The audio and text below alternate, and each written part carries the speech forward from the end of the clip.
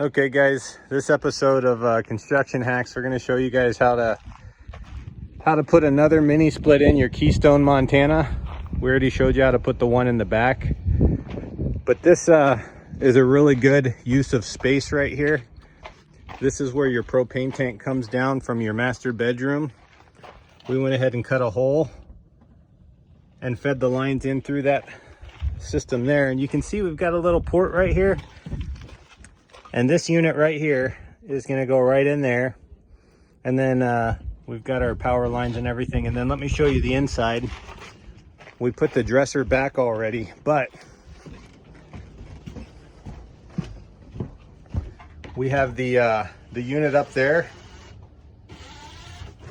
and the umbilical cord going down through the floor right there.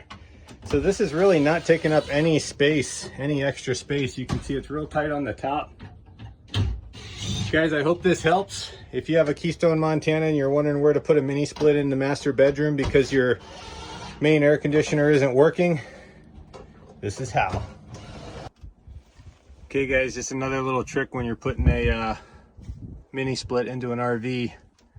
I like to put a little pan down, put a little silicone on a spot under it, and drill a hole through it so that your condensation in the wintertime when you're using the heater can leak out one hole and not all over the place in here. Thanks for watching. Please subscribe.